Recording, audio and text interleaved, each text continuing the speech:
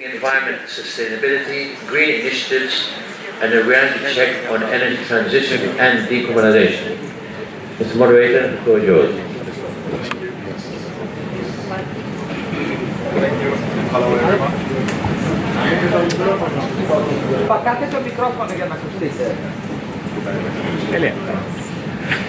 Hello everyone. Thank you to the organizers for the invitation to this prestigious panel on this very important topic. My name is Theodorou. I'm a director within Deloitte's insurance business and also co-lead our ESG and sustainability services offering, where we support organizations across industries on topics such as ESG strategy, reporting and disclosures, risk management, as well as regulatory adherence.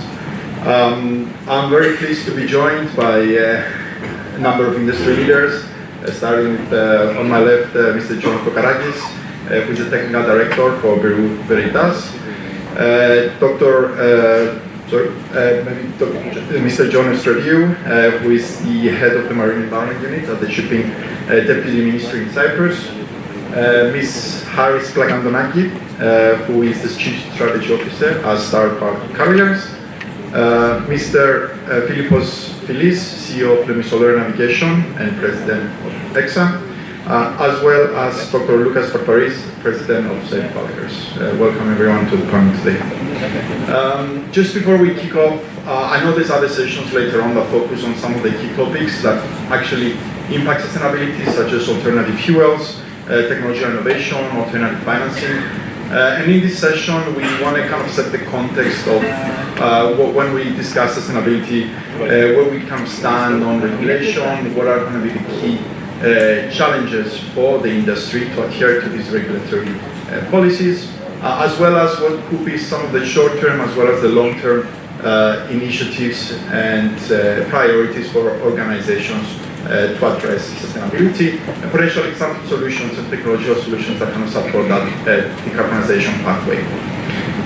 Definitely, a couple of months ago in the World Economic Forum, the world public crisis was mentioned a lot, and there's definitely a lot of risks that are becoming priorities within the globe. We know that what we've seen is post-COVID, the aftershocks of that, the rising inflation, the cost of living crisis, and so on, have really taken priority lately. But sustainability shouldn't come to be pushed back. Within the same forum, the top 10 risks that have been identified, the 5 or 6 for the risks for the next 10 years, are all sustainability related. Whether that be failure to adapt to climate change, failure to mitigate climate change, natural resource depletion, biodiversity collapse, and so on. So it's quite important across industries to consider that, but also as the shipping industry both is impacted from these natural environmental implications, but also impacts negatively as well the environment. That double view needs to be considered, and definitely the regulators have a big role to play in that. And by the first question to Mr. Ioannis, what's the current regulatory environment, both internationally and abroad, and where we see heading in the next couple of years? First of all, warm good morning to all. Thank you, Nikos, for inviting me once again. It seems that in addition to the live chairman of the forum, I am a live panelist of the forum, so thank you about that. We are in a panel with 2 presidents, 3 directors, and 1 chief strategic officer, with absolute gender balance. It's Charis and the rest of us. So please make sure that next time will be more women on the panel, because I did believe that women are more sensitive than men in environmental issues. And I will start with, let's say, a statement that global challenges such as climate change can only be mitigated if we all act together. This statement implies that we are in favor of global measures. And just to make it more interactive, is anybody in this room that disagrees with that statement? Obviously not. But it's a wishful thinking, because the reality is that we are just a breath before EU adopts measures, legislative acts, to extend the shipping industry to ETS, and in addition to that, to adopt the FuelEU maritime regulation. But let's start with international measures. I have the impression that all of us who are more familiar with that, what was happening since 1st of January this year. Obviously, all of you that have ships under your management have submitted your SEM Part 3 plan in order to be approved by your classification society. You have to apply technical and operational measures. ECSA, once is in a lifetime. It's related with technical measures, and just to start it to be, let's say, provocative, I have the impression that it will not be the only time that you will calculate your ECSA. You will see later. While in operational measures, the famous CII, the carbon intensity indicator. I know that there are complaints that it will be a mission impossible to achieve the targets of CER, but the worst are coming, because for the time being, the limits for CII is up to 2026. So, at IMO level, we will start negotiations and to consider proposals to amend, some people will say, to further strengthen the CII. So, the next milestone is the revision of the IMO strategy. It will take place at MEPC 80 this year, and at least from the EU member states, because the 27 member states of EU submitted a document at the intersessional 2013 saying that, among others, our intention is to further strengthen ECSA and CIA. That's why I tell you initially that there is a possibility to calculate your ECSA in the future. This is all about IMO. Now I'm going to ETS. I will be brief. There was an agreement between the co-legislators, so it's a directive that shipping will be something new. There are in progress discussion about road transport, about building, so I'm not sure when this new piece of legislation will be adopted. Surely before the end of this year, preferably in the next couple of months during the Swedish presidency, at least for shipping everything is agreed. I will go briefly saying that, let's say, the obligation of the commercial operator is there. However, vis-a-vis the regulation, the responsible authority, it's the owner or simply the ISM company. So it gives you, let's say, the legal base in order to negotiate with your commercial operator. This is true, but vis-a-vis the regulation, the competent authority is the ship management company. You all know the mission scope, ships transporting cargo passengers more than 5,000 GT. Next step is to include ships between 400 and 5,000. That's why we will amend also the MAP regulation. Methane and nitrous oxide will be included in the scheme by the year 2026. For intra-EU routes, 100%. Emissions on voyage in and out of EU area, it's 50%, and there are also provision for transshipment of containers for ports outside Europe. To be honest with you, I have my doubts how to apply this part of this legislation. I read recently articles that there are loopholes and that some ports in UK or Morocco and Turkey will take advantage, and that it is impossible to close all the loopholes. We will see.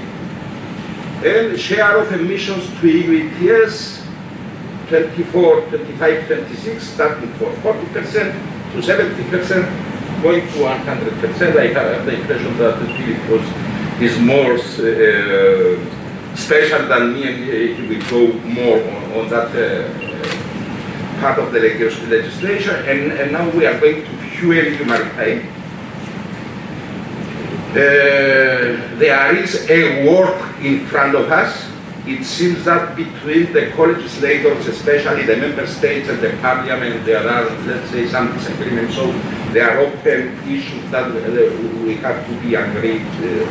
And despite the fact that between the member states there was a general approach, a general agreement, let's say that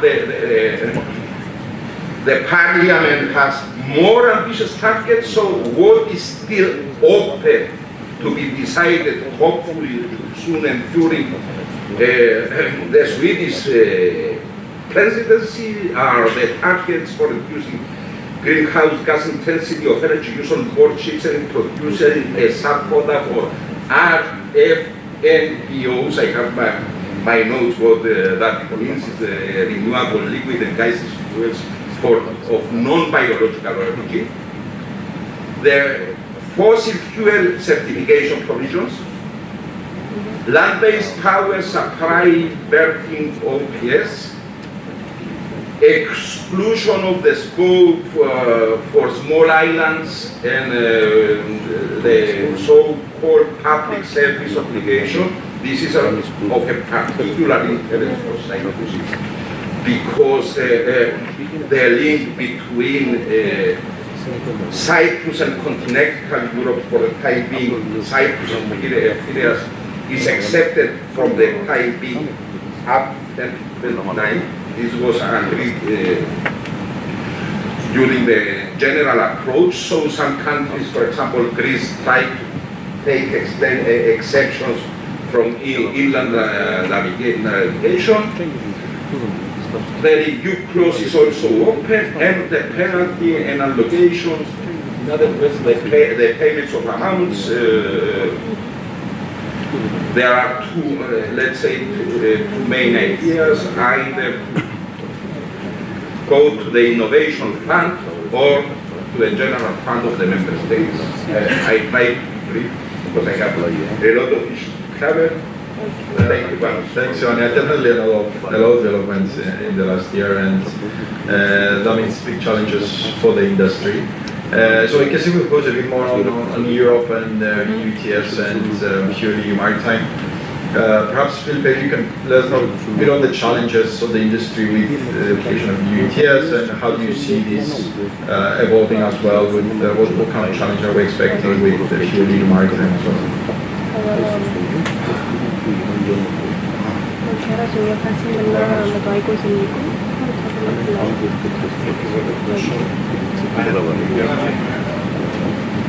Now maybe yes. Okay, Ioannis said a few controversial issues that I would like to explain. The first thing is that we are on this table are sitting a regulator, an RO, and three representative private sector, just to make it clear from a different perspective. I will take something that I had in the previous panel related with the complexity that all these regulators are into the shipping industry. And in fact, this also what worries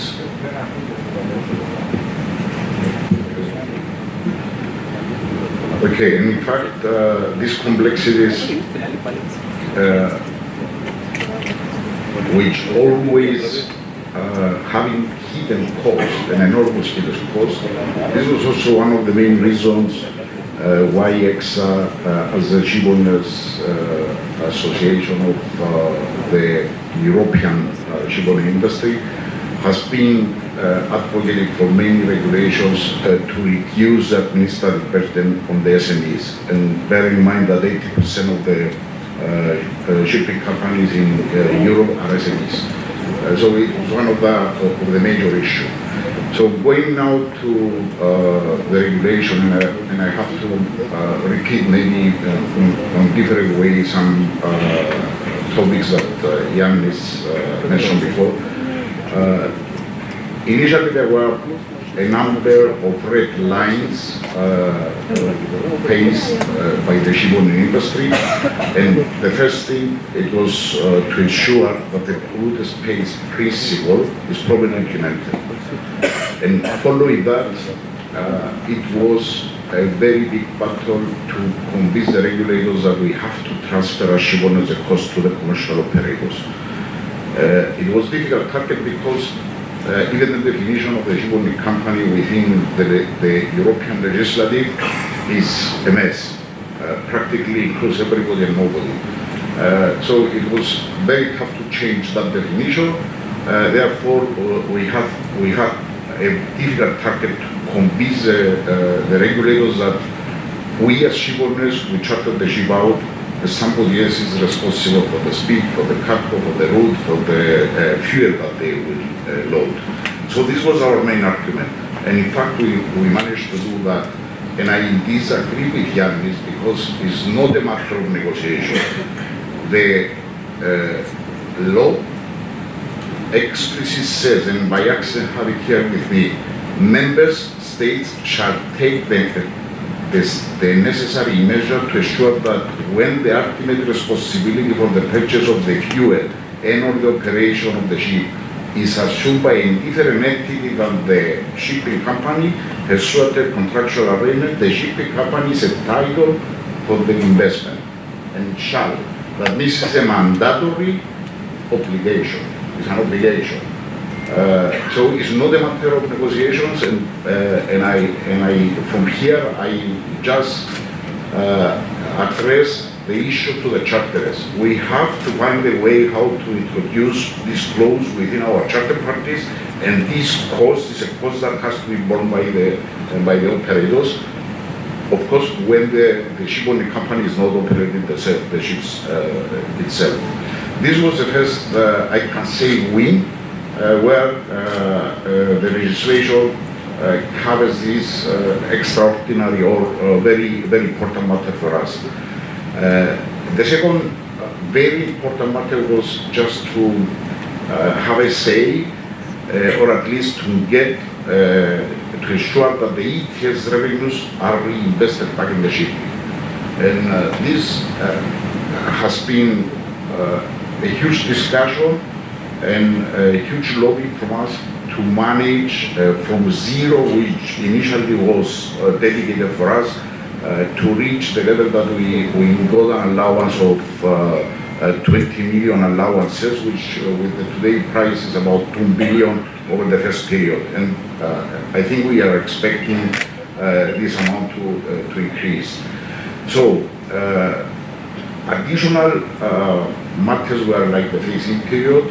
Unfortunately there we didn't manage a lot, but as Ioannis mentioned, we have the initial period where we are reporting now MRB. Next year's reporting, we have to pay the 40% in 2025, but for the use of 24, and then going forward 70% for the use of 25 paying in 26, and 100% as of 2027. And all allowances, practically the remaining allowances, would be cancelled by the states. So what is included? Is included at this moment only CO2, and then you have the responsibility to report in the EU MRV based on the amendments that have done recently. Apart from the CO2, the methane and the nitrous oxides. And actually, as from 26, this will be incorporated in the emissions that we have to pay, we have to surrender the allowances.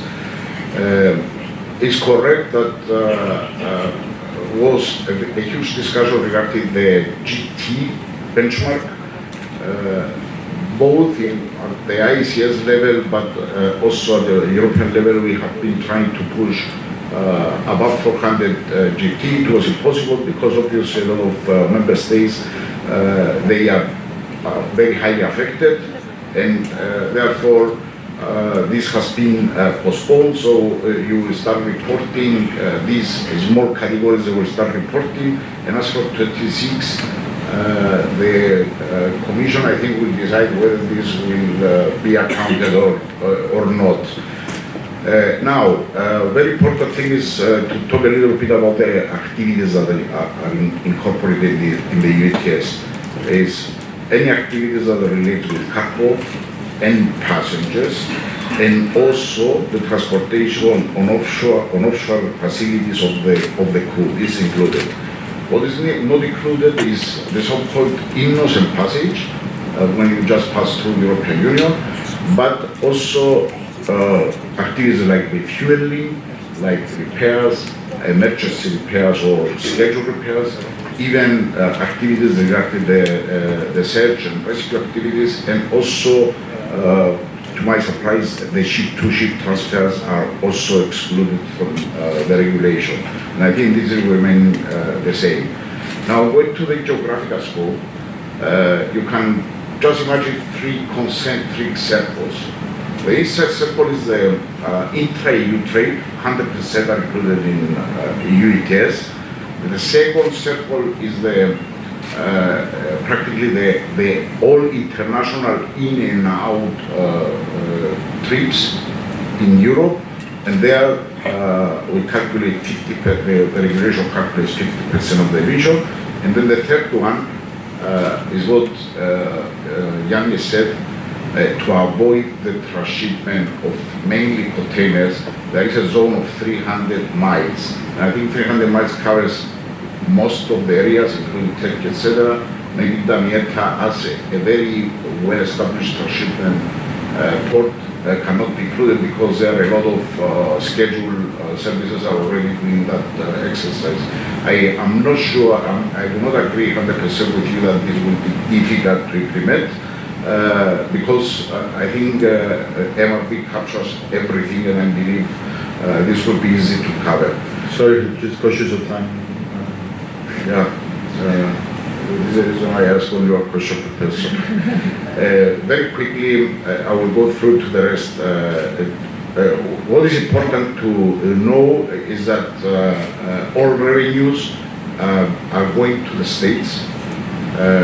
That there is a regulation of which states are eligible for which revenues, and out of this 75% remains to the state, but its obligation to be reinvested back in the climate-related activities, not shipping, but in general. And the 25% goes back to Europe, where you have a couple of funds. One of those is the Innovation Fund, and now the Social Climate Fund, etc., where there we are eligible as an industry to apply for specific projects for getting money towards the climate or towards the decarbonization.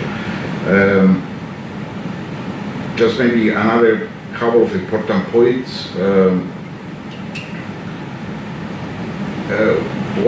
Which countries are eligible?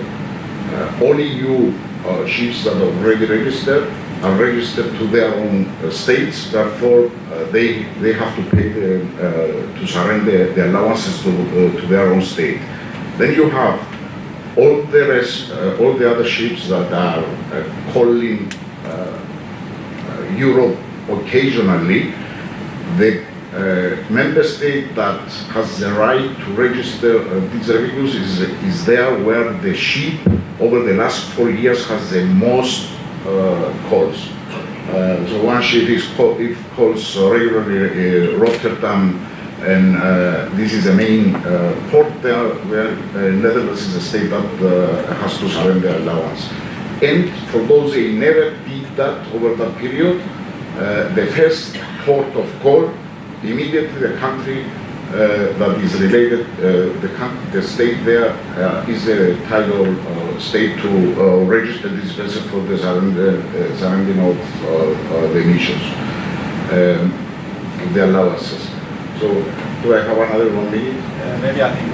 Okay. I will say a little bit about hearing you, but okay. Yeah, we do have time later. Yeah, we can cover that as well. I guess definitely a lot of challenges for the industry, and I guess Charis, what should be those kind of key priorities and short-term objectives, and to kind of address everything that kind of Philippos mentioned? Thank you, Panayiotis. Good morning, everyone, and thank you to the organizers for inviting me to speak here today. So, Ioannis and Philippos have laid out the regulatory environment ahead of us, and a lot of challenges, both globally but also regionally. What is it that we as an industry can do in the short term to address these challenges? First and foremost, we need to focus on improving the energy efficiency of the existing fleet. And in order to do that, it is important that we first understand how our vessels are performing. Now, this goes back also to a lot that was discussed in the previous panel, but the technology related to vessel performance monitoring, whether we talk about onboard telemetry, sensors, high-frequency data, has advanced a lot during the last few years. It is important that we leverage these technologies in order to have accurate speed consumption models, to know what our vessels are performing under different weather conditions, and of course to have the right people in the office who are monitoring this information daily and are able to take decisions and prompt action whenever we see cases of overconsumption. Now, of course, all this means additional costs, both in terms of systems but also in terms of people. From our experience, this is an investment that pays back because we're able to identify overconsumption cases early on and take prompt action. So vessel performance monitoring is definitely a first priority. Then a second priority is trying to keep the hulls of the vessels as clean as possible. There are traditional methods on how to do it, and everyone's familiar with those, using advanced anti-fouling paints, optimizing hull cleaning intervals, making sure that we minimize port stay. Now, there are also new developments, new technologies being developed, for example, remotely operated hull cleaning robots. So one needs to leverage again these new technologies to make sure that we perform hull maintenance as best as possible and we have good hull condition. And it is, for us, it is impressive the savings in terms of fuel consumption that we're able to achieve by making sure our hulls are clean. As a third priority, shipping companies should look into technical solutions. Of course, this means additional capital expenditure, but thankfully they have a payback period, whether we talk about main engine improvements like engine power limitation or propeller ducts, propeller boss cap fins. These are solutions that exist in the market. There is financing out there, there is green financing for companies that cannot afford to make the investment, and as I said, there is a payback period. On the operational front, again, we see a lot of technology around voyage optimization platforms, whether we're talking about weather routing, speed optimization, just-in-time operations. Many new services, new platforms, new technologies are coming into the market every day. We see that they use advanced algorithms, they use artificial intelligence, so there are a lot of solutions out there for shipping companies to choose from and select the products that are more suitable for their needs. So to sum up, we have vessel performance monitoring, we have hull maintenance and condition, we have technical solutions, we have operational solutions. Another short-term objective could be also the drop-in fuels, biofuels, which can blend with traditional marine fuels. However, in the absence of subsidies from European countries, perhaps in the future, the business case is not there yet, but this could be also a short-term solution in the sense that it is available and it helps the vessel improve its carbon intensity. Along with focusing on available solutions in order to improve the energy efficiency of the global fleet, in the short term it's also important to prepare for the long term as well. And contrary to the short term where the solutions are available, technologies are mature, they are developing, but there is availability, the solutions for the longer run, whether we talk about green technologies like carbon capture and storage on board the ship, or the different clean fuels that our industry is currently examining, they are not mature yet. We all read a lot about this, a lot of developments, a lot of hypotheses, assumptions. So especially for shipping companies that have the scale and the resources to contribute to the research and development and to the feasibility analysis for clean technologies and clean fuels, it is important to play that role. One such example globally are the various green corridor projects that are taking place across geographies.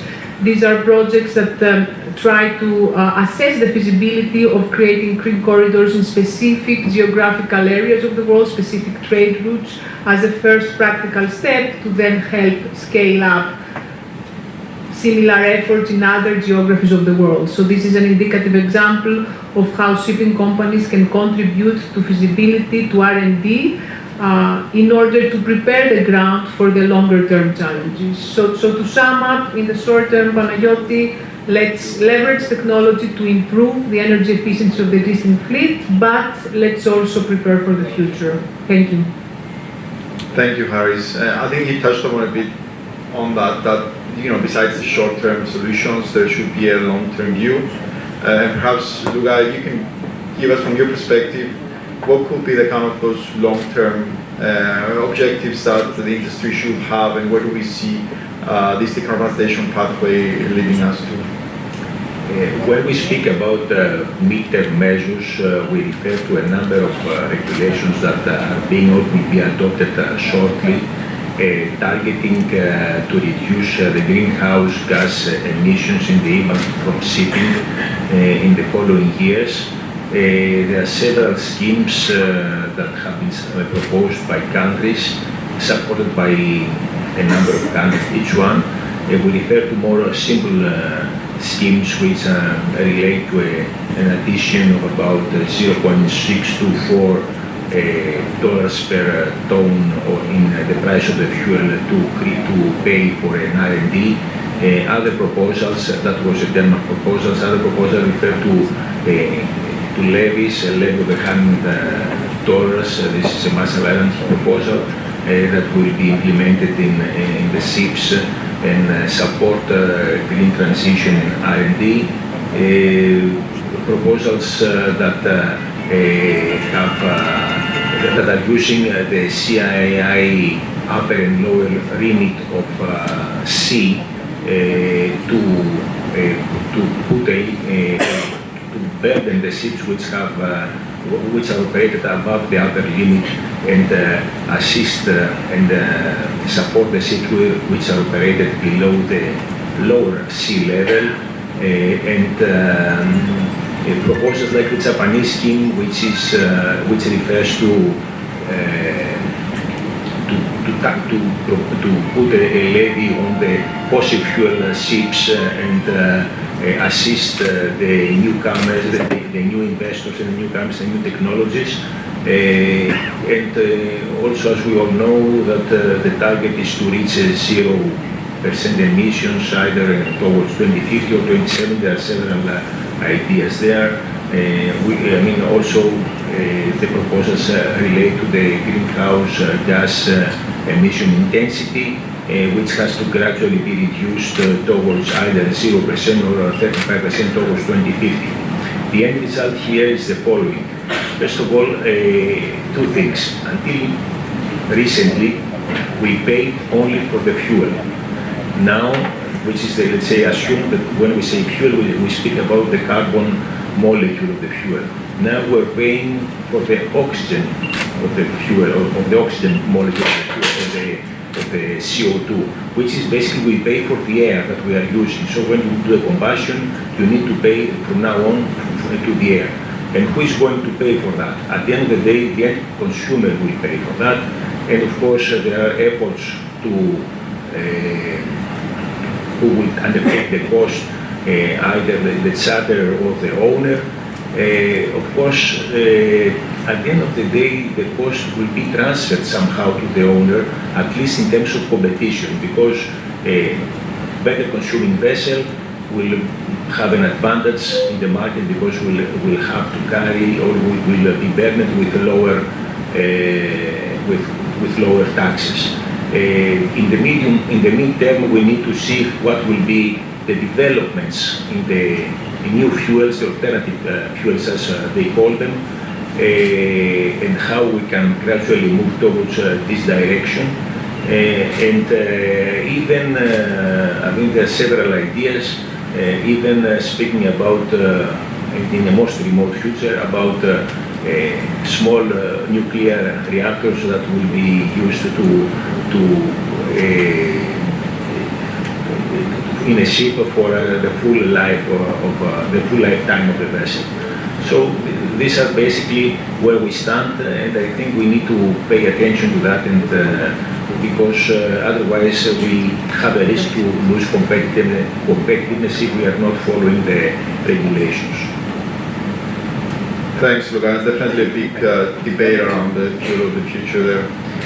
So I guess a number of solutions were mentioned by the panelists, but John, from your perspective, what's those technological solutions that can best support us in this decarbonization pathway, and perhaps what's the role of classification as well? Thank you, Panos.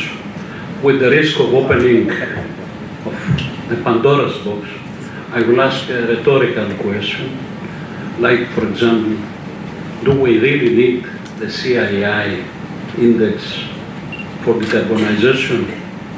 The answer is not a clear yes or no.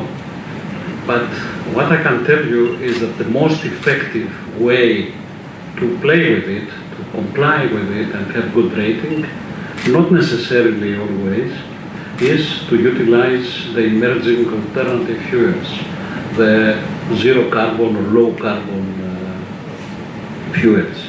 And classes are doing extensive R&D and joint industry feasibility studies, techno-economic studies, helping the ship owners to have green ships of the future for long-term planning. At the same time, we issue the so-called green regulations for the shippers that are environmentally sensitive. This will help reduce the risk of environmental pollution and promote sustainability. We assist banks and financial institutions to check compliance with Poseidon principles, for example. What is Poseidon principles? It's a global framework that checks alignment of the shipping companies with the IMO targets for the reduction of greenhouse gases. And let's not forget that the future fuel is collaboration. And classes are the incubators of collaboration. We are putting together all the stakeholders. So classes are really important. This, of course, as we say in Greece, the priest blesses its beard. But I would like to say that what we see is that electrification, for example, and decarbonization go hand in hand. So what is critical is cheap electricity. How can we produce cheap electricity? Dr. Barmparis mentioned nuclear energy. Why not? We need cheap electricity. We need to make green hydrogen, for example, in the future, because the prediction is that hydrogen will replace fossil fuels in moving the cars. Yes, electric cars are probably a thing of today, but hydrogen gives you more energy per unit weight, so it's more efficient. Not energy efficient, but it's better, more energy per weight than batteries. We need to have cheap energy storage. We have short-term, like lithium-ion and cobalt batteries, and the price has been reduced 5 times to $200 per kilowatt hour, and also long-term storage of energy. What will happen when the wind doesn't blow and we don't have sun? So we need to store it. Google X project stores energy in molten salt. We have storage of hydrogen. Hydrogen is the great energy storage carrier. It's the mother of all fuels, as I like to say, because we have the carbon capture mentioned by Charis. Carbon capture will take CO2 from the exhaust gases, and not only, it's going to take directly carbon dioxide from the air, direct air capture, and the price is projected to be reduced to less than $100 per ton of captured carbon dioxide. And if we use the captured carbon dioxide to make fuels of the future, synthetic fuels, the price of the carbon capture will be reduced even more. So why not? So that many ways, many technological measures in our ammunition and classes are always by the side of the IMO, doing a wide variety of projects and green initiatives. Thank you. Thank you, John. I guess it's an all-encompassing topic, and try to give a high-level overview of across the board of where we stand and what's kind of key next steps. So we don't have enough time for any debate on the issues, and I think there's a lot of things that could be debated on. But due to the lack of time, I want to thank all the panelists on this session today, thank the organizers, and hopefully that was useful for a number of you. Thank you.